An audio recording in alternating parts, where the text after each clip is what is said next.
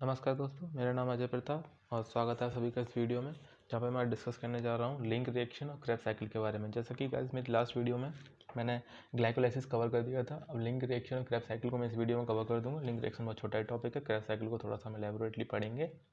तो होता क्या है गाइस कि हमने ग्लाइकोलाइसिस करवा रखी थी। ग्लाइकोलाइसिस करवाने के बाद हमारा जो पायरुवेट था वो बन गया था। ठीक है, अब क्या करना है, हमें पढ़ना है लिंक रिएक्शन। ठीक है, हमने इसकी एनर्जेटिक्स पढ़ ली थी, पढ़नी है लिंक रिएक्शन। इसे लिंक रिएक्शन इसलिए कहा गया है क्योंकि ये लिंक कर रही है दो रिएक्शंस को। एक तो ये लिंक कर रही है ग्लाइकोलाइसिस को, दूसरी तरफ लिंक कर रही है क्रेब साइकिल को। तो इसमें क्या होता है कि जो हमारा पायरुविक एसिड बना था, गाइस आप नोट्स के लिए आप ज़्यादा यहाँ बस समझने की कोशिश करिए, और नोट्स जो है वो आपको इसकी वीडियो के डिस्क्रिप्शन में एक पीडीएफ होगी, वहाँ पे आप पीडीएफ उसे डाउनलोड कर सकते हैं। जो पायरुविक एसिड होता है वो हमारा कन्वर्ट होता है एसिटाइल कोए में। ठीक है, और जो यहाँ जो एंजाइम होता है वो हमारा होता है पायरुवेट डिहाइड्रोजनेज कॉम्प्लेक्स। तो ये विटामिन बी वाले कॉम्प्लेक्स होते हैं ना, वो सारे यहाँ यूटिलाइज होते हैं हमारे। तो अगर वाइवा में पूछा जा रहा है कि विटामिन B1 B2 B3 कहाँ यूटिलाइज हो रही है, तो कुछ नहीं दिख रहा आपको, तो यही बोल दो, सब सही है। Dehydrogenase complex. यहाँ होता क्या है, हमारा NAD पॉजिटिव से NADH2 बनता है। ठीक है, अब गाइस याद करिएगा, जब हमारा ग्लाइकोलाइसिस हो रहा था तो हमारे दो मॉलिक्यूल ऑफ पायरुवेट बने थे ना, तो दो मॉलिक्यूल पायरुवेट, तो दो मॉलिक्यूल भी यहाँ बनेंगे। दो मॉलिक्यूल बनेंगे तो ये रिएक्शन दो बार होगी, जब ये रिएक्शन दो बार होगी तो दो NADH2 प्रोड्यूस होंगे। तो अब हम इसकी एनर्जेटिक्स के बारे में लिखते हैं। ठीक है,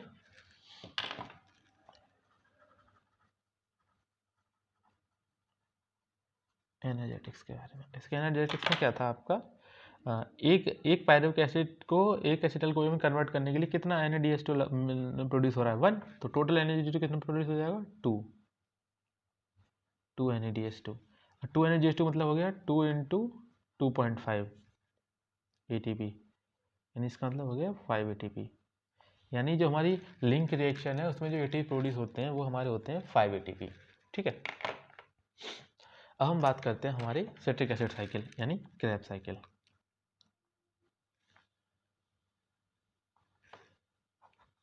ठीक है, हमारी जो लिंक रिएक्शन थी वो इतना ही था, ज़्यादा इंपॉर्टेंट इसमें था नहीं। इतना याद करना है आपको कि पायरुवेट डिहाइड्रोजनेज कॉम्प्लेक्स जो होता है हमारा यहाँ एंजाइम होता है, और एनर्जेटिक्स में 5 ATP प्रोड्यूस होते हैं।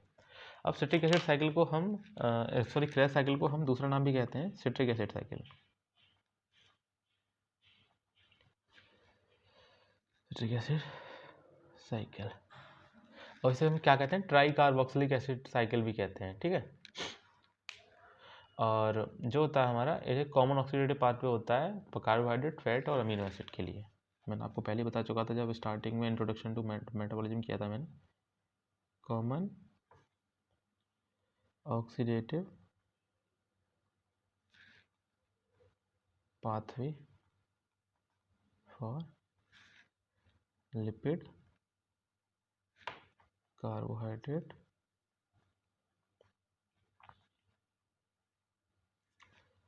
And amino acids. ठीक है, अब जो हमारे एंजाइम्स होते हैं TCA साइकिल की, वो जनरली जो होते हैं हमारे माइटोकॉन्ड्रियल मैट्रिक्स में पाए जाते हैं। ठीक है, जैसे कि मैं आपको कैसे बताऊँ, जैसे कि मान लीजिए माइटोकॉन्ड्रिया हमारा। ठीक है, तो जो माइटोकॉन्ड्रिया है तो वहीं पे मान लीजिए जैसे कि ये है, ये हमारा एक माइटोकॉन्ड्रिया है, ये अंदर से ऐसे टाइप से होते हैं ना। ठीक है, तो मान लीजिए जो एंजाइम्स होते हैं वो जनरली इस जगह पाए जाते हैं, इस जगह जो हमारी जो क्रेब साइकिल चलेगी अंदर, वो यहाँ चलेगी। ठीक है, अब होगा क्या कि जो हमारी इलेक्ट्रॉन ट्रांसपोर्ट चेन जो होती है वो हमारी ऑक्सीडेटिव फॉस्फोराइलेशन करती है और ATP सिंथेसाइज करती है। तो यहीं पे तो हमारा NADH2 बना, और यहीं पे उसे ETC के थ्रू ATP फॉर्मेशन कर देता है। समझ रहे हैं आप। इलेक्ट्रॉन ट्रांसपोर्ट चेन आपने पढ़ी होगी, इनर और आउटर माइटोकॉन्ड्रियल मेम्ब्रेन के बीच में पाई जाती है। तो ये बस एक आउट डायग्राम सा है, थोड़ा सा ज़्यादा इंपॉर्टेंट नहीं है, बस थोड़ा बता दिया कि जो ETC होता है हमारा इलेक्ट्रॉन ट्रांसपोर्ट चेन होता है, और जो हमारी क्रैब साइकिल होती हैं वो दोनों आपस में एक दूसरे से ज्वाइन होती हैं, क्योंकि क्रैब साइकिल में हमारे जो NADH2 और FADH2 बनते हैं ना, वो हमारे क्रैब साइकिल क्या, फिर चाहे लिंक रिएक्शन में जो NADH2 बना है हमारा, चाहे हमारा जो ग्लूकोज में NADH2 बना है ग्लाइकोलाइसिस में, वो सारे NADH2 या FADH2 जो होते हैं वो हमारे इलेक्ट्रॉन ट्रांसपोर्ट चेन के थ्रू ATP में कन्वर्ट किए जाते हैं। यहाँ मैं जो डायरेक्ट लिख देता हूँ ना कि 2 NADH2 बने तो हमारी 5 ATP हो गई, असल में 5 ATP ऐसे नहीं हो गई, ये पहले NADH2 हमारा इलेक्ट्रॉन ट्रांसपोर्ट चेन में जाएगा, वहाँ जाने के बाद एक NADH2 2.5 ATP बनाता है। ये आप जब इलेक्ट्रॉन ट्रांसपोर्ट चेन पढ़ेंगे तब आपको समझ में आएगा कि कैसे कैसे बनना है, ठीक है। F0 पार्टिकल होता है, आपने नीट की प्रिपरेशन के दौरान पढ़ा होगा, ठीक है। अब हम बात करते हैं क्रैब साइकिल। तो उसकी एक ट्रिक है याद करने की, वो ट्रिक है PA cricket club senior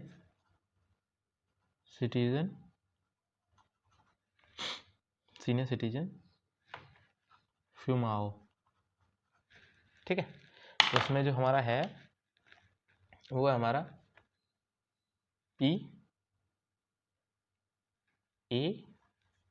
cricket का C, क्लब का C, क्रिकेट क्लब इंडिया का क्रिकेट क्लब है ना, क्रिकेट क्लब इंडिया, तो इंडिया का I,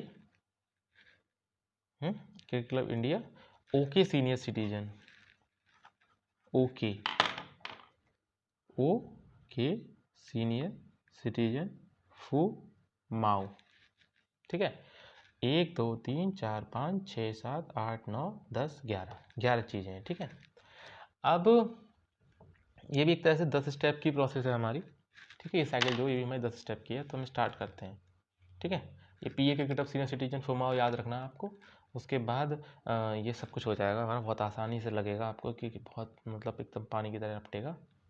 तो बात करते हैं, पायरुवेट हमारा बना था, ये तो आपको याद ही होगा। पायरुवेट से हमारा एसिटाइल कोए बना था, ये हमारी लिंक रिएक्शन थी, ठीक है।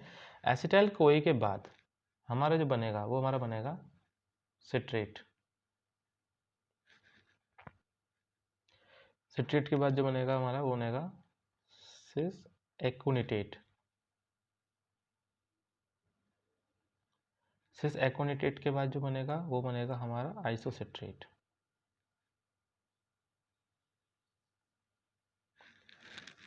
आइसोसिट्रेट के बाद जो बनेगा हमारा ऑक्सैलोसक्सिनेट,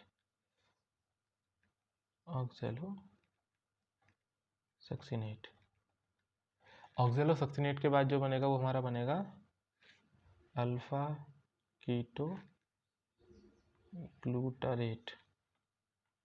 जो हमारा अल्फा कीटो ग्लूटारेट बनेगा उसके बाद जो बनेगा हमारा वो होगा सक्सिनाइल कोए,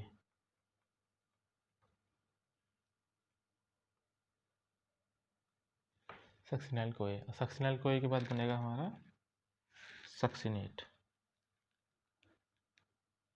सक्सिनेट के बाद बनेगा हमारा फ्यूमरेट। अभी वो ट्रिक होगा, मैं उसको आपको इस पर अप्लाई करके बता दूंगा।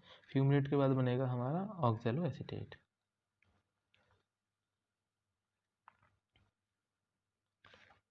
फिर साइकिल चालू हो जाएगी, ये हमारी होगी Krebs cycle.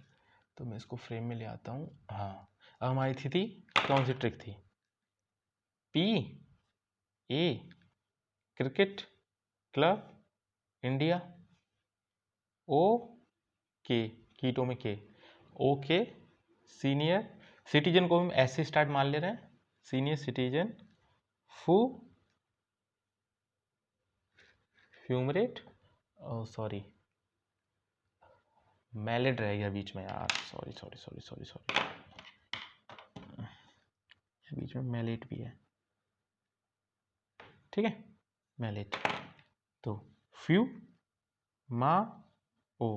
फ्यूमाओ PA cricket club India, OK senior citizen फ्यूमाओ, ठीक है। MA ऑक्सैलोएसिटेट फ्यूमाओ। तो जो स्टेप्स हो गए हमारे वो हो गए हमारे first second, third, fourth, fifth, sixth, seventh, eighth, ninth, 10th। 10 step होते हैं ग्लाइकोलाइसिस की तरह इसमें भी। अब जो सबसे पहले तो इनके ट्रिक याद कर लो एंजाइम याद करने की। अब यहाँ पायरुवेट से एसिटाइल कोई बनना है तो ये हो जाएगा हमारा पायरुवेट डिहाइड्रोजनेज। ठीक है। अब हमारा यहाँ पे क्या हो रहा है, आइसोसिट्रेट से हमारा ऑक्जेलोसक्सिनेट बनना है तो ये हो जाएगा हमारा आइसोसिट्रेट डिहाइड्रोजनेज। ठीक है। अब हमारा यहाँ अल्फा कीटो ग्लूटारेट से हमारा सक्सिनाइल को ये बनना है तो ये हो जाएगा हमारा अल्फा कीटो ग्लूटारेट डिहाइड्रोजनेज। ठीक है। अब यहाँ सक्सीनेट से हमारा फ्यूमरेट बनना है तो ये हो जाएगा हमारा सक्सीनेट डिहाइड्रोजनेज। ठीक है। यहाँ हमारा मेलेट से ऑक्जेलोसिट्रेट बनना है तो हमारा हो जाएगा ये मेलेट डिहाइड्रोजनेज। इतने एंजाइम्स आपको याद करने हैं, ज़्यादा याद करने की जरूरत नहीं है। अभी कितने कार्बन के मॉलिक्यूल हैं वो लिख लेते हैं हम। ये है हमारे हाँ, एक बात चीज़ बताना भूल गया, जो हमारी पायरुविक एसिड से एसिटाइल कोए बना था इसमें एक CO2 निकलता है। ठीक है। तो जो हमारा पायरुवेट एसिड होता है वो 3 कार्बन मॉलिक्यूल है, एसिटाइल 2 कार्बन मॉलिक्यूल है। ठीक है। ये हो गया हमारा। तो हम इसको फ्रेम में ले आते हैं। यहाँ से CO2 निकल गया एक, तो ये था हमारा 3 कार्बन, ये हो गया हमारा 2 कार्बन। ऑक्सिजन एसिटेट होता है हमारा 4 कार्बन, सिट्रेट हो गया हमारा 6 कार्बन, 6 कार्बन, सिक्स कार्बन, ये भी ये हमारा 6 कार्बन मॉलिक्यूल होता है। ऑक्जेलोसक्सिनेट भी हमारा 6 कार्बन मॉलिक्यूल है। और जो अल्फा कीटो ग्लूटारेट है ये हमारा 5 कार्बन है। 5 कार्बन इसका मतलब क्या है, सोचने वाली बात है। जब ये 6 कार्बन था, ये 5 कार्बन हो गया, तो इसका मतलब यहाँ क्या हुआ है, इसका मतलब यहाँ एक CO2 मॉलिक्यूल आउट हुआ है। ठीक है। अब ये 5 कार्बन सक्सिनाइल को ये जो है हमारा वो है हमारा 4 कार्बन। अब ये 4 कार्बन है, ये 4 कार्बन, तो यहाँ पे यहाँ से भी क्या है, एक CO2 आउट हुआ है। ठीक है। 5 carbon, succinate 4 carbon, fumarate 4 carbon, malate 4 carbon, oxaloacetate 4 carbon. ठीक है। कार्बन मॉलिक्यूल समझ में आ गए होंगे आप लोगों को। अब हम बात कर देते हैं कि कौन क्या क्या रिलीज हो रहा है। तो अब मैं एक्चुअली मैं पहले लिखने वाला था, ट्रिक पहले लिखने वाला था, लेकिन मैंने साइकिल पहले बना दी है तो मैं साइकिल पहले बना दे रहा हूँ, उसके बाद मैं ट्रिक लिखूंगा। फिर जब आप ट्रिक पढ़ेंगे वो उससे तब ट्रिक पढ़ते वक्त साइकिल पर ज़रा गौर करिएगा, तब आपको वो ट्रिक समझ में आएगी कि मैंने क्या लिखा है। ठीक है। तो कहाँ कहाँ क्या क्या निकलता है। ठीक है। तो ये तो हमारे यहाँ से ऊपर की एनर्जेटिक्स जो है वो तो हमारी हो गई। यहाँ पे हमारी NADH2 निकलता है ना, NAD से NADH2 निकलता है। ठीक है। ये तो हमारी लिंक रिएक्शन की हो गई एनर्जेटिक्स। अब हम बात करते हैं यहाँ पे, तो चलो पहले लिख ही लेते हैं, थोड़ा सा आसान हो जाता है समझना। NADH2 प्रोडक्शन कहाँ कहाँ होता है, FADH2 प्रोडक्शन कहाँ पर होता है,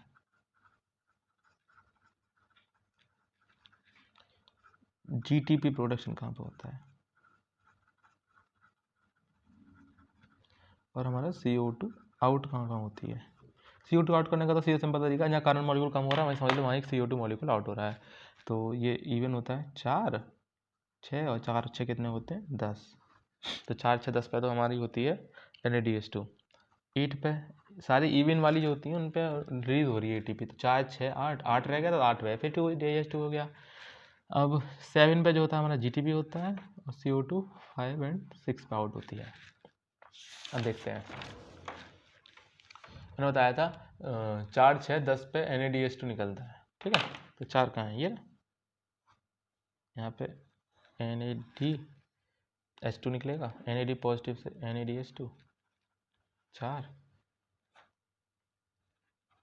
NAD पॉजिटिव से NADH2 4 6 10 10 हमारा ये था ना, NAD पॉजिटिव से NADH2। ठीक है। 3 NAD, 8 में पे क्या निकल रहा था, FAD पॉजिटिव से FADH2, और 7 में पे हमारा क्या निकल रहा था, GDP से GTP। ठीक है, यही था। और 5 और 6 पे हमारा CO2 निकल रहा था, वो हमारा ये रहा। ठीक है। तो ये हम इसको बॉक्स में कर देता हूँ, जितने भी मतलब वो हैं हमारे एनर्जी वाले।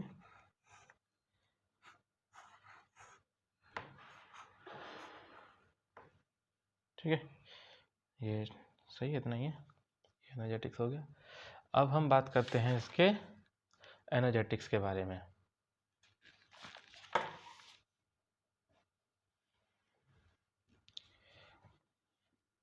गाइस इस बात का थोड़ा ध्यान रखिएगा कि इसमें NADH2 और FADH2 बनना है, यहाँ ATP तो सिर्फ यहाँ यही बन रही है, सिर्फ GTP प्रोड्यूस हो रही है, यहाँ ATP कोई प्रोड्यूस नहीं हो रही है। लेकिन फर्दरली जब NADH2 और FADH2 इलेक्ट्रॉन ट्रांसपोर्ट चेन में जाएंगे तो वहाँ जाके इनका जब ऑक्सीडेटिव फॉस्फोराइलेशन होगा तब जाके एनर्जी प्रोड्यूस होगी। ठीक है, तो एनर्जेटिक्स में लिख रहा हूँ, असल में वो इलेक्ट्रॉन ट्रांसपोर्ट चेन में जाने के बाद के एनर्जेटिक्स है। ठीक है, एनर्जेटिक्स। ठीक है, एनर्जेटिक्स में क्या होगा, 2 बार घूमेगी ये साइकिल। ठीक है, क्योंकि 2 एसिटाइल मॉलिक्यूल बने, तो फॉर 1 एसिटाइल CoA की बात करते हैं, क्या क्या प्रोड्यूस हो रहा है, 3 NADH2, 1 FADH2 और 1 GTP। ठीक है, 3 NADH2 मतलब क्या होगा, 3 × 2.5 = 7.5 ATP। ठीक है, 1 FADH2 मतलब 1 × 1.5 = 1.5 ATP। ठीक है, अब 1 GTP का मतलब हो गया 1 ATP। तो 1 एसिटाइल CoA कितनी ATP दे रहा है, 7.5 और 1.5 9 और 1 10 ATP। ठीक है, अब बात करते हैं, since 2 acetyl molecule, acetyl CoA molecule reaction में पार्टिसिपेट करेंगे ना, 2 acetyl molecule, so 20 ATP will be produced from Krebs cycle. ठीक है, अब नेट एनर्जेटिक्स की बात कर लेते हैं हम। Net energetics of glucose metabolism. ये 3 स्टेप हुए थे हमारे, ग्लाइकोलाइसिस हुई थी, लिंक रिएक्शन हुई थी, और हमारी हुई थी क्रेब्स साइकिल।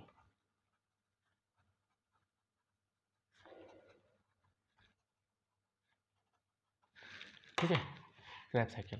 तो गाइस जो हमारी ग्लाइकोलाइसिस पढ़ा था हमने, ग्लाइकोलाइसिस में क्या हुआ था कि जो टोटल हमारे ATP प्रोड्यूस हो रहे थे वो हुए थे हमारे, एरोबिक कंडीशन की बात करेंगे हम यहाँ, 7 ATP।